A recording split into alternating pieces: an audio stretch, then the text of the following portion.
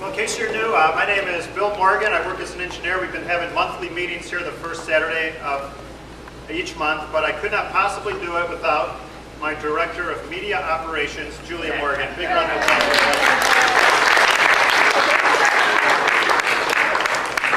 Okay. Well, we have a book table in the back, and the book table is growing and growing. I have some of my old lessons. My Big Bang lesson is back there. I brought some of my former debates back there, and by the price you can see I'm not making any money off it. My goal is to simply equip people on the subject of creation versus evolution. And the book table's in the back. You can check that out. And this week we're going to talk a little bit more about life and cells and how they work. And this is so much fun to prepare these lessons because it just gets more and more amazing how wonderfully and fearfully made we are. So to begin the lesson, I want to tell you a story.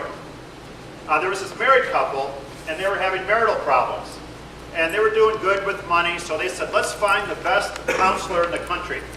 So they flew to New York City, met the counselor, sat down, and the counselor goes, I'd like to get to know you guys better. So he asks the wife, what's the problem with the marriage? And she goes, it's just so dull. Every day is the same. Day after day is exactly the same. So he goes, okay. To the man, he goes, sir, what's your job?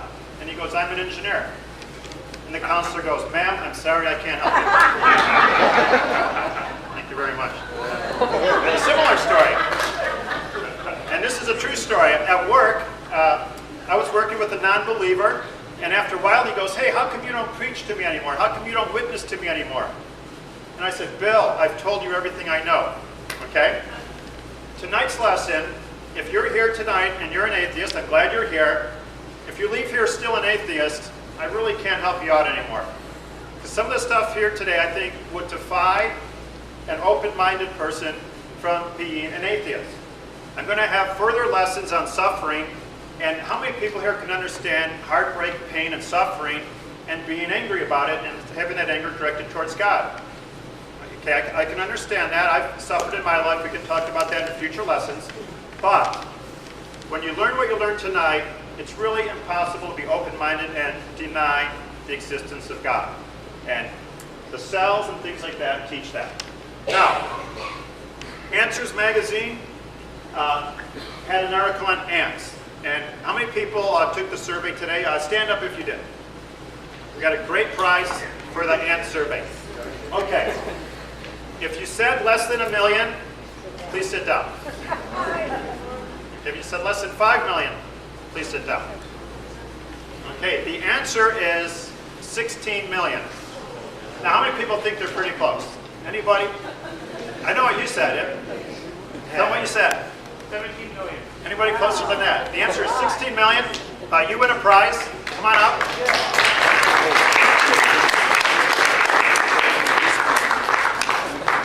This is a book we're selling. It's called Refuting Evolution. It answers the latest arguments for evolution. PBS spent a bunch of money to do a show on the theory of evolution. This refutes their main points, and I hope you enjoy it. Very good.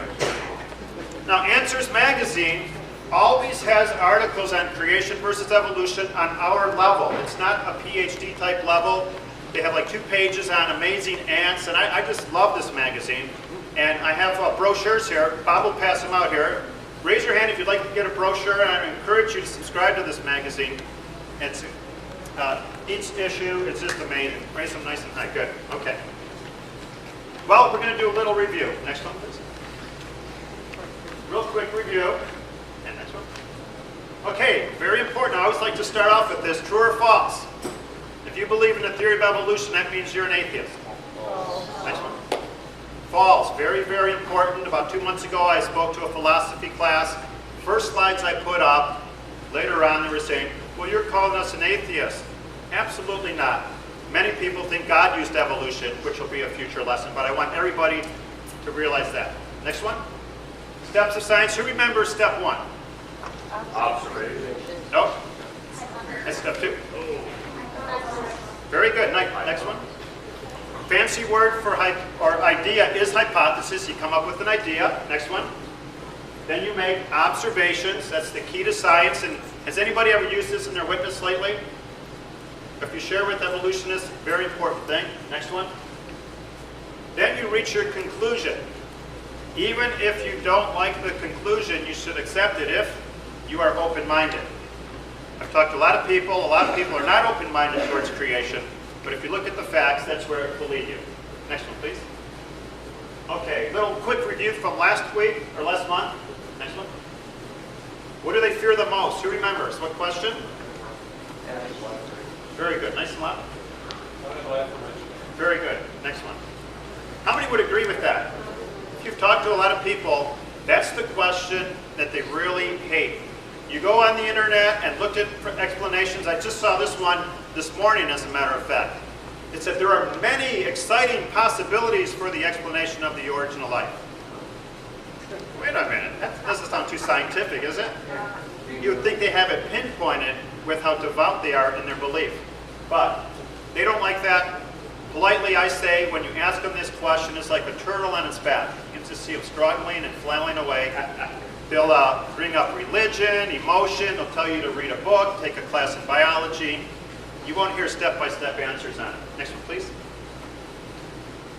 The law of biogenesis says what? Very good. Next one. Life only comes from what? Life. Next one. Life. The cell theory says living cells come from living cells. Except for what? Next one. Except for that first cell. That one happened by chance. This is what they believe.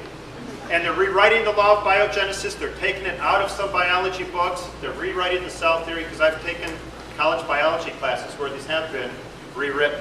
For example, living cells come from living cells. That's not in the biology book I took in college. Next one, please. Pardon me? Right. With the natural world, right? Life comes from life. Okay, real quick on this. We're not going to get into the abortion debate. We're just going to look at the scientific side of what a fetus is. Next one. Definition of life. Metabolism. That means you can take energy, your body can synthesize it to keep you alive. And cell division. Does a fetus conduct metabolism? Is it doing cell division? Yes. Anyone remember how many brain cells per second? 4,000. 4,000 brain cells a second. Next one, please. How do you determine if you're alive? Next one. Heartbeat. That's one way. If you collapse, you're going to check for a pulse. Next one. Fetus says that after 22 days. And all of this is in your handout. You can either take notes as you go. All the answers are on the back. But don't peek at the answers during the lesson. It will ruin my rhythm, okay? Okay. Thank you very much. Glad you came, Ron. Next one. Brain waves. Next one. After 40 days. And these are measurable. They might even be there. You just can't measure them. Next one. And respiration after 16 weeks. Next one. And this is all review from last week. Okay, we looked at this last week. The Miller-Urey experiment. Next one. And evolutionists got all excited that they made amino acids in an experiment. The simple answer for the creationist is that life? Are amino acids life? No. What are they? Amino acids. Very good. It's not complicated, okay? Not even close to life. The building blocks of life, that's like saying a speck of clay is equivalent to downtown Los Angeles, okay? Well, it's a building block to downtown Los Angeles. Very, very far from it. Next one, please. Now, who are these guys? Do you remember that from last week? Or last month, please? And these are evolutionists, and each one of them had a different opinion on how life originated. I was reviewing my slides with my oldest daughter this month, and she looked at it, and I love comments from kids. Don't you guys? Okay. And she says, they all look intelligent. There is absolutely no doubt incredibly brilliant geniuses do believe that life came from non-life, believe in the theory of evolution. There's no discounting that. But for some reason, they still hold on to it. Some of them have never heard both sides. Here's one reason a lot of people believe in the theory of evolution. Suppose you were 16 years old and in love. Okay, I'll just pretend for the guys, you're in love with someone named Sally. Well, someone comes up to you and points to someone and says, hey, that person is saying bad things about Sally. What might you think about that other person? Yeah, exactly. How dare they say that? How dare they attack the thing that I love or the person that I love? You follow me? And they might get a very negative opinion towards that person. Many, many people, and this was my story too. I love science. I loved science. People would say those creationists are a threat to science, to the foundation of science. So guess what kind of attitude I started to develop towards creationists? Didn't like it. I didn't like them. I didn't hate them, but it's like, why are they attacking the very thing that I love? Can anybody relate to this? That's often what it is. So a lot of people say, I don't like creationists. Why not? They're anti-science and I love science. Well, I believe we love science just as much as they do, and a lot of that you could call is gossip. But if we can reach these people with the scientific facts, if they're open-minded, I think they will believe in creation. Well, anyways, talking about funny things that kids say, my son Daniel, he's now 4, just turned 4, loves astronomy. The other day he looks up at the moon and he said, Mommy, the moon, it's missing a piece. So I always like to follow one good thing with another. I said, what happened to it? Jesus took a bite out of it. Wow. And that's going to make our yearly calendar. We read all these things. But anyway, so interview kids to see what they think about life. But they are intelligent, all of them, great accomplishments. Each one of them might have a different reason for believing it. Next one, please. Okay, we're going to begin with new stuff now. How did life originate? Can it be reduced to a mathematical equation? Next one. Notice I say evolution non-theist. Okay, a lot of people think God used evolution. This is for the non-theists who do not believe in God. Next one. They believe in matter and energy plus chance plus time equals life. That's their equation. Next one. Remember what we learned a couple months ago. What about matter and energy? Where did it come from? Well, it didn't come from nothing, okay? They have many hurdles to leap. I compare it to an ant trying to jump across the Grand Canyon. If the theory of evolution is true, there's many of these canyons they have to jump across, and if they can't jump across one, the whole thing falls apart. First off, science shows us matter and energy cannot come from nothing, but that's what the atheists believe. Matter and energy came from nothing, mixed together, and you got to wave your hands over billions and billions of years, and by chance it made life. You cannot say it unless you wave your arms. Okay? It's true, right? Okay. So, next one, please. Next one. Matter and energy cannot come from nothing. And that's on a past DVD in the back. Okay, next one. Now, not only do they have to get matter and energy from nothing, they have to have it come alive. To quiz you guys, a very brilliant astrophysicist from UC Berkeley said human beings are properly arranged what? Anyone remember? It begins with letter S. Atoms. No? Stardust. Yes? Stardust. Stardust. Excellent. Outstanding. That's what he believes. And that man's a genius, that you're just properly arranged stardust, because all matter was created inside a star, blew up, came to the earth, and that's all that you are. Creationists have a different opinion. Next one. So, intelligent design has a different equation. Next one. Matter plus energy plus information equals life. Little different. Creationists believe that there is information in life. And okay, let's just imagine, by chance, and when I talk to people in college campuses, this is what I often say. I will give you, by chance, chemicals mixed together by chance and made the first living organism. What does that first living organism not just celebrate and say, I'm alive, this is great. Okay? What does it have to be able to do for the theory of evolution to be true? And I'll raise your hand and I'll call on you. Yes? Okay, he said it has to be able to eat. Okay, next. Very good. And there's one more. And there's actually a lot more, but I have one more in my slides. Does it have to change over time? It's got to become a blue whale, a redwood tree, right? A bat, an eagle, people, exactly.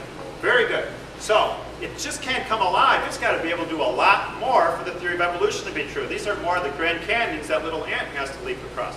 Next one, please. And next one. Now he said eat. The fancy word is metabolize. It's good to learn fancy words. When my kids were younger, I taught them a fancy word, mendacious. How many people here know what mendacious means? Any of you? I didn't either. I read it in a book. I looked it up. It means lying. But it's neat to see a 4-year-old say to another 4-year-old, don't be mendacious. Okay. So it's good to learn a few big words in your vocabulary. Metabolize means you take energy from your surroundings, your body synthesizes it, and stay alive. So chemicals mixed together, that first little thing is alive. It's got to metabolize, right? Or else it's going to die. Next one. Question for you guys. Next one. What did the first living thing eat? Everything you eat was alive at one time, either a plant or an animal.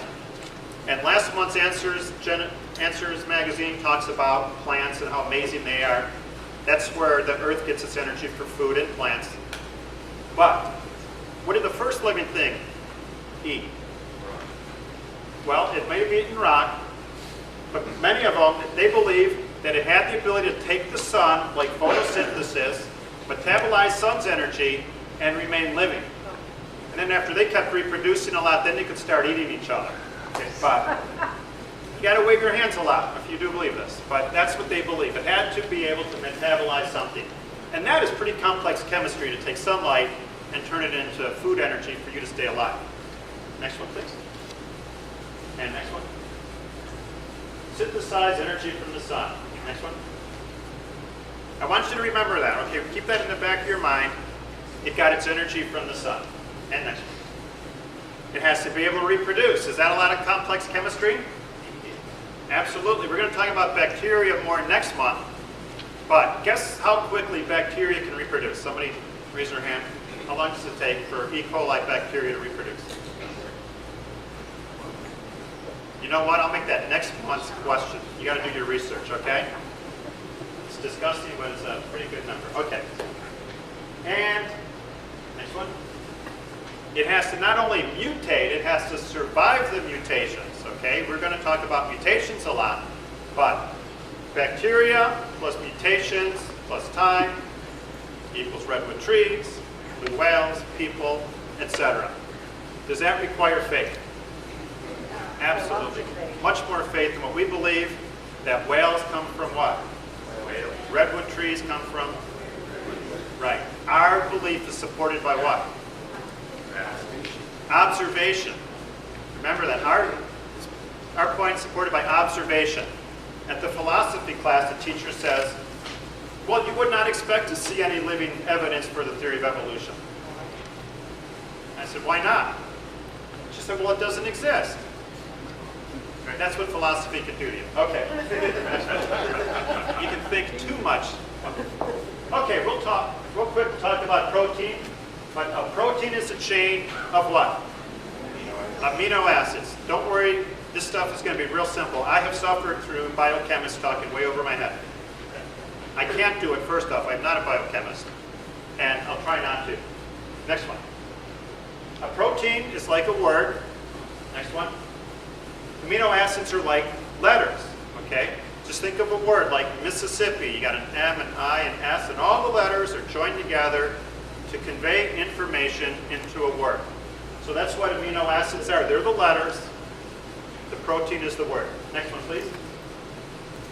You have 20 different types of amino acids in your body.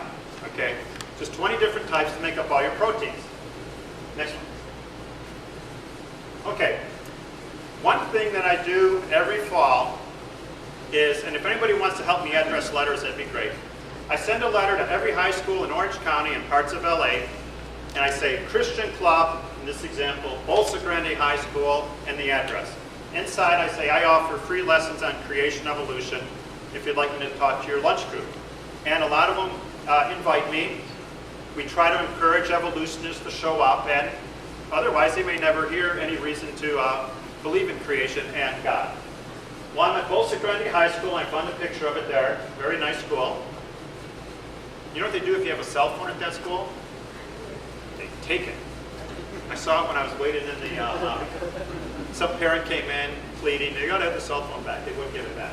Anyways, next one. I discussed the design of the eye. There's a very intelligent skeptic kid in there. Next one, student. And he asked me this question, very smart kid. He said, I still remember it, third row, he said, are you saying it's statistically impossible for an eye to evolve by chance? And I want you guys to think about that for a second, as if you were asked that question. A skeptic were to say to you, are you saying it's statistically impossible for an eye to happen by chance? Anybody want to raise their hand and give a quick answer of what you would say? Yes? Well, statistically, nothing is possible. Okay. I have a slide on that. Anyone else? He said, statistically, nothing is impossible. Okay. Anyone else? Okay, well, this is what I said. Next one. Well, first, compliment. Very, very good question. Okay, you have about 100,000 different proteins in your body. Next one. The shortest is 25 amino acids long, like a word with 25 letters. Next one. The longest is 34,000 amino acids long. 34,000. Isn't that amazing? The longest word by far in the English language is the word for that protein. Because for each amino acid, it's like it's got 70,000 letters in it or something like that. But anyways, the average length is about 400 amino acids long. So you got all different size proteins in your body. We'll just look like it at an average one, 400 amino acids long. Next one, please. Think for a second. What are the odds of one protein getting the proper arrangement in your body by chance? Follow me? Next one. You got an alphabet with 20 letters in it. There's your 20 letters. But you got all kinds of them. You make all these letters by chance. Next one. And I'm thinking of a mystery word with those 20 letters that's 400 letters long. You follow me? In my mind, I got a word 400 letters long. Next one. What are the odds that you could guess that word? See, what are the odds of getting a word right, 400 letters long, and you only got 20 different letters to pick from? Next one. Well, for the first letter to get right, 20 to 1. Second one, 20 times 20. 20 times 20 times 20. You follow me? So it's 20 times 20 times 20, 400 times. Next one. The odds are 20 to the 400th power, or we all love logarithms. Remember logarithms, everybody? How many people loved them? How many people hated them? One guy loved them. Okay, next one. 10 followed by 520 zeros. Okay? That's the odds of the sequence of just one protein in your body happening by chance. Okay? Next one. And that's only an average protein. Do you think that's a big number? I tried to make it into a number that you guys can relate to. Okay, next one. Imagine you had stacks of paper and you had 10 to the 520th sheets of paper. Follow me?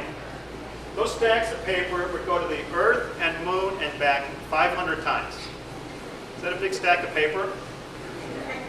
What are the odds that you find one red sheet by chance out of that many white sheets of paper? I say impossible. Okay? Next one. 10 to the 520th power. Next one, please. Or you would win California Super Lotto 70 times in a row before you'd reach 10 to the 520th power. If you won 70 times in a row, you would be arrested so fast, wouldn't you?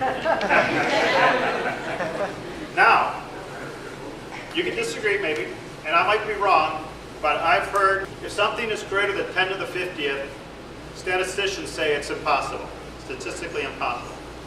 Now, 10 to the 520th is way above it. So is it possible for even one protein in your body to happen by chance? It's statistically impossible. Next one. So, let me ask you this. Somebody asked you, is it statistically impossible for an eye to happen by chance? Somebody raise your hand and tell me how you could reply based on what we just talked about. Yes? Yes, Okay, why is it impossible for an eye to happen by chance? because the chances are so incredibly small that it can't Okay. exist. Okay, good. Anyone else want to add to that? Anyone? I'll give you the first three words. If a protein, help me out. If a protein can't happen by chance, you can't get a cell to happen by chance, you can't get an eye to happen by chance. You follow me? So you can't get a protein, you can't get a cell, you can't get an eye, you're not going to get a human being. Statistically impossible, okay? Any questions on that? Raise your hand if you have any. And in your comic book, I explain these a little bit. You don't have to memorize all the odds, but just remember, if a protein can't happen by chance, a whale can't happen by chance. Next one. Okay, next one. And next one. Okay, in the back, I have a flash drive. I bought them in bulk, 20 bucks. All of my PowerPoint slides from my first 4 lessons are on there. And you can have them. If you want to download my slides for free, you can do that as well. But I made the slides so that it's like a lesson if you guys ever want to teach something like this. Okay, next one. So an organ can't happen by chance. Good, next one please. Now, I was at Claremont High School once. Very smart kid. I asked him a question. We were talking about this. I said, do you believe a crow could happen by chance? He said, yes. I said, what about one protein in a crow? He said, you know, I don't think so. Right, what is more complex, the crow or one protein in the crow? The crow is infinitely more complex, and he doesn't think the protein could, but he thinks the crow could. How many love crows? Anybody in here? You do? Pretty cool. They're the smartest birds that we know of, but we're happy in our neighborhood when the hawks come in because the crows. Next one. Okay, more bad news for skeptics. Next one. 10 to the 520th power is just the odds for the sequence to get right. It gets worse if you're an evolutionist or a skeptic. Next one. How many people have heard this word? Chirality. Chirality, it's hard to pronounce. Chirality, I'm sure you have, right? No? Okay, remember what it means? Very, very good. It's right and left-handed. Next one, please. Right and left-handed. Everybody look at your hands. I always like to say this every week. Well, not every month, but did you do anything to earn your hands? You did nothing to earn your hands. Every time you get the blues, say, God, thank you for my hands. Every time you use them, it's good to remember, say, hey, God, thank you for my hands. Keep you in a spirit of gratitude. But if you look at your hands, they're pretty much identical, except one is right-handed, one is left-handed. That means if you superimpose them, they're not superimposed, okay? Amino acids are right-handed and left-handed. Next one, Julia. If they happen by chance, when they make amino acids in the lab, half of them are right-handed, next one, and half are left-handed. And next one. Just like that. You can get some that look like this, some that could look like that. Same chemical composition, but different shape. And next one, please. But every amino acid in your body and in 99.9% of living things is left-handed. You see the problem for the evolutionists? If amino acids happen by chance, half are right, half are left, but the only ones in you and everything except bacteria, some bacteria, is left-handed. Big, big, big problem if you believe life arose by chance. So that increases the odds of a protein happening by chance. Next one. Now, this is really fun stuff. Where did life not originate? Now, not only do you need the amino acids, not only do they have to be left-handed, they have to get in the right order. They have to bond to each other, okay? We're going to talk about that. Next one. For life to happen by chance, you need proteins. Next one. For them to happen by chance, they have to bond together. Next one, please. They're called what type of bonds? Peptide bonds. Peptide bonds. Okay. And next one. What does water do to peptide bonds? Breaks them up. Where did life not originate? It could not have originated in water. It would not have allowed the peptide bonds to bond together. Next one, please. It's good to be humble. I'll be humble. My very first public debate, and I think I have a copy of it back there, was at Pasadena City College. And I brought up where life did not originate. And my opponent, and I talked about water breaking up peptide bonds. My opponent, his name was Russell DeFiore, nice guy. He brings up, he goes, there's all kinds of water in the cell where peptide bonds join together. So it's like, oops, I better do a little more research, okay? I'll admit I didn't have an answer to that. I called up Dr. Mark Eastman. You guys ever heard of him? Very, very brilliant creation guy. And I said, Mark, what about what he said about there's water in the cell, but peptide bonds are broken by water? He said that's because we have special proteins to allow the peptide bonds to form in water, you see? So there's already proteins called enzymes to allow that, special design to overcome the water problem, all right? But the first ones did not have these, so they couldn't have formed in the water. And there's water there too. Next one, please. Where else did life not originate? Where else did life originate? Where there's oxygen. Guess what oxygen does to peptide bonds? Breaks it up. So the first life had to happen where there was no water and no oxygen. Okay, next one, please. All right. Anybody recognize that building for 10 points? Starts with the letter S. That's in Washington. Smithsonian. I was in the Smithsonian Museum about 10 years ago. They had a big display on the origin of life, and it talked about how the early Earth did not have oxygen. But the next panel over talked about the early life requiring oxygen. So I asked the docent a simple question. I said, okay, and I was not obnoxious. They didn't even know what I believed. I said, the early Earth didn't have oxygen, right? So that the bonds, peptide bonds could join together. And he said, yes.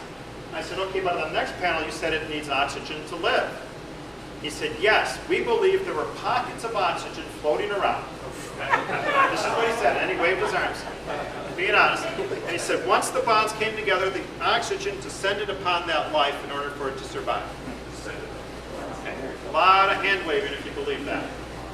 That's the details. That's why it's always good to get to the details and ask simple questions. Next one. And it also didn't originate in sunlight. I got that. I Googled global warming and I found that picture. Isn't that great? Well, ultraviolet light breaks up peptide bonds.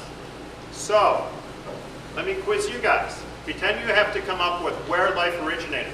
You can't have water, you can't have oxygen, you can't have sunlight. What would you come up with? Underground. God. Well, God's a good guess. Yes, I believe the right one. They often say inside caves, underneath a rock, but here's a common one. Next one. And next one. They often will say, well, life originated near a deep ocean vent. There was so much heat and pressure from the vent, the water couldn't affect the peptide bonds. There was no oxygen down there and there was no sunlight. So that's what a lot of them come up with. Or they say underneath the rock where there was no oxygen and things like this. Well, they often say the early Earth had no oxygen in it. Is there any evidence for that? Well, their oldest rocks that they date are oxidized. Well, they might say, well, they got oxidized after life began. There's zero empirical evidence that the early Earth lacked oxygen. Okay, so the sunlight breaks up peptide bonds. Thursday night this hit me. I thought this was pretty fun, exciting stuff. A little bit of review. What did the first life metabolize? They often say, next one, the sun. So the first energy for the living cell came from the sun. But life could not originate in the presence of what? The sun. If they dig into the details, they might be emotionally mad at God, but they should be open-minded and confess it didn't happen by chance. There's something out there. A Bible trivia question. My favorite verse in the Bible is Matthew 7:7. Anybody have a hint what that might be? Matthew 7:7. Here's someone whispering it. Well, Patrick Burke was lying. No. Seek. Seek and ye shall find. If people do seek, they will find. And that's often what creation is all about. To start people on seeking and seeing that it has an intellectual and scientific foundation. It's not a bunch of blind faith and holy rollers. That's what I used to like to think. I'd see televangelists that had terrible toupees on, they're yelling at me on the TV. No, it's an intellectual, sound belief that we do have. Next one, please. Okay, that's a protein. That's a simple model of it. Now, not only do they have to get the sequence right, they have to find a way for it to bond with each other, and they have to get the shape right. It's not just a case of getting the sequence right. That is a protein, and it's much, much, much, much smaller than the diameter of the hairs on your head. Next week, we're going to talk about how they work in a simple way. Next one, please. If that's simple, can you imagine what a complex one looks like? The more you dig into creation, the more majestic and great God is. Next one, please. Okay, protein odd summary. Next one. That's just for the sequence, 10 to the 520th power, which is impossible. Next one. The odds are greater because you have to make the peptide bonds. Next one, please. You got to have the right shape. You got to be left-handed, and also don't forget you got to get matter and energy by chance from nothing. Go ahead, please. In biochemistry, next one. It's amino world. A couple of you get it right. Thank you. That's one of my favorite slides too. It's amino world. Okay. Thank you very much. Next one. Okay, how many people heard of SETI? What are they looking for? Extraterrestrial. And search for extraterrestrial intelligence. They are listening. These are built for that. Billions of your dollars are listening for something from outer space that might go something like this. B, B, B, B. Jodie Foster in the movie Contact. You guys seen that? That's what the movie was about. And just to talk about that a little bit, I remember they talked about God in the movie. Anybody remember that scene? She said, well, I asked my Bible study teacher, who did Cain marry? And they said, stop thinking, just believe. And she said, I stopped going to church from then on. Well, the Bible study teacher should have said what? If you didn't know the question, the answer, what should the Bible study teacher said to Jodie Foster's character? I'll get back to you on that. Yeah, wonderful question. Could I get back to you on that? Don't blow people off. That's a good question. And, of course, Cain married his sister, future lesson on that. So anyways, they're listening for information from outer space. Next one. Okay, information. I just love those little green men. So if they hear some kind of a pattern from outer space, they say that's got to be from I, intelligent. Think about that. A beep, beep, beep from outer space has got to come from an intelligent source. Next one. NASA. Oh, let's get 3 volunteers to play Wheel of Fortune. Someone raise their hand and come up on the stage. Joel, thank you very much. Bob. And you in the back. Okay. First one to shout out the right answer gets the $2 book. NASA has a department of, and the audience can't help you. And only hit it once now. Once. Next one. Oh, you can look at the screen. I'm going to show you part of the letters. Go ahead. Okay, what's the word? NASA has a department of Astrological. Astrobiology. Very good. Bob wins. Nice and loud, Bob. Astrobiology. Astrobiology. There you go. Google that. Type in the word astrobiology. They got all kinds of people, and their career, bless their hearts, are to find life in outer space. Next one, please. Astrobiology. They have a whole department, and I'm a government worker. What's the number one goal of a government worker? To get funded. Right. That's the way the real world works, everybody. They want to get funded. They're going to have to come up with a product. Next one. How many people saw this in the news in the last week? Nobody reads the newspaper? Yeah. No, it's okay. They're going out of business, unfortunately. But how many read the article? Okay, on Mars, they did some scooping, and I don't know if you can see it. On one day, they saw white specks. See them over there? I didn't bring my laser pen. They looked at it 4 days later, the white specks were gone.